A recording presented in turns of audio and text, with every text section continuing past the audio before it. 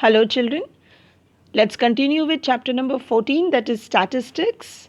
We have studied about three methods of finding mean. The methods are direct method, assumed mean method and step deviation method. Now we are going to solve more examples based on the topics. Here, question number 5 is, in a retail market, fruit vendors were selling mangoes kept in boxes. These boxes contained varying number of mangoes. The following was the distribution of the mangoes according to the number of boxes. So, you will see the number of boxes are given to be from the range 50, number of mangoes to be of the range 50 to 52, 53 to 55 and so on, and number of boxes which had 50 to 52 number of mangoes, it is 15 in number, 53 to 55 number of mangoes in 110 boxes and so on. We are supposed to find out the mean number of mangoes kept in the packing box. Moreover, they are asking which method of finding the mean did you choose. Obviously, we are going to select the easiest of all the methods, and step deviation method helps us most because it helps us to simplify the example, and this is how we save upon our calculation time also. The first column is number of mangoes. Here the number of mangoes, they are 50 to 52, then 53 to 55 and so on. If we study the classes, we will see that the classes are not in continuation. They are not continuous class intervals. Our first step is changing the data, changing the classes into continuous class intervals. This is how we change them.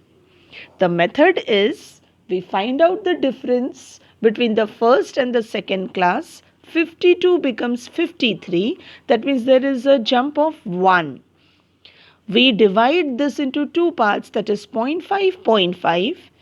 And now from each class, from the lower limit we subtract 0.5 and to the upper limit we add 0.5.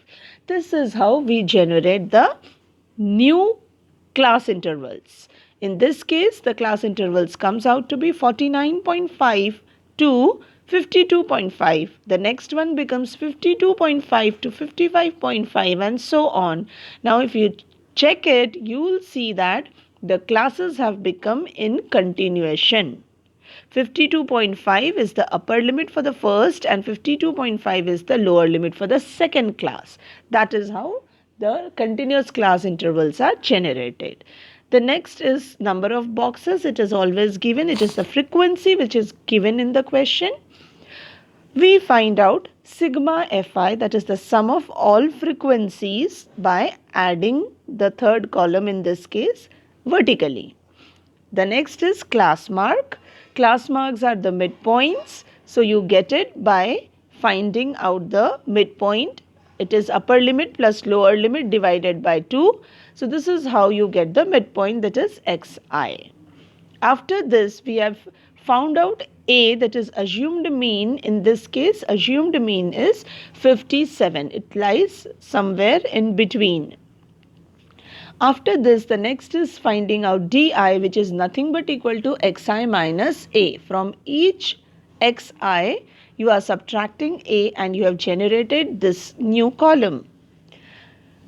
The next step is simplifying it further. In this case, the height is 3. 49.5 to 52.5 is actually 3. The height is 3, and that is why we have divided everything by 3 and we have got ui to be equal to -2, -1 and so on. The next or the last column is fi ui. It is the product of fi, that is the third column, and ui, that is the sixth column. So we get these things as the answer. Once they are added up, we go on adding them, that is we find out sigma fi ui. We got it as 25 in this case. After this, you are left out with substitution in the formula. So you note down the formula, substitute all the values in it and solve for it. We get the mean in this case to be 57.19. With this, let's move to another type of example. This is question number 8. A class teacher has the following absentee record of 40 students of a class for the whole term. Find the mean number of days a student was absent. Now, if you study the data, you are getting the number of days to be 0 to 6, 6 to 10, 10 to 14 and so on. If you study the class intervals, for the first class from 0 to 6, the height is 6. The second class interval 6 to 10, the height is 4 and so on. That means the height is not same in this case. I repeat, the height changes in each and every class interval. So, how to deal with such examples? So, this is the method. You begin with the solution with making the table. The first column is number of days given in the question and the second is again frequency, which is again given in the question. After noting down the frequency, you are going to add the frequencies, that is sigma Fi, which is equal to 40 in this case. The next column is as usual class mark, that is the midpoints. Next to it is Fi Xi. We are actually using direct method in such cases. The best method to use direct method is when the class intervals are, the class heights are not same. So you have just found out Fi Xi by multiplying the second and the third column, and this is how you have got sigma Fi Xi as 499. It is the vertical addition of the last column.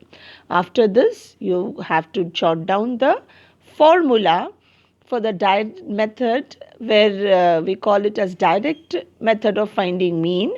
The formula is sigma Fi Xi upon sigma Fi. So when you add them, the final answer comes out to be 12.48. This is the mean number of days the children have attended the classes.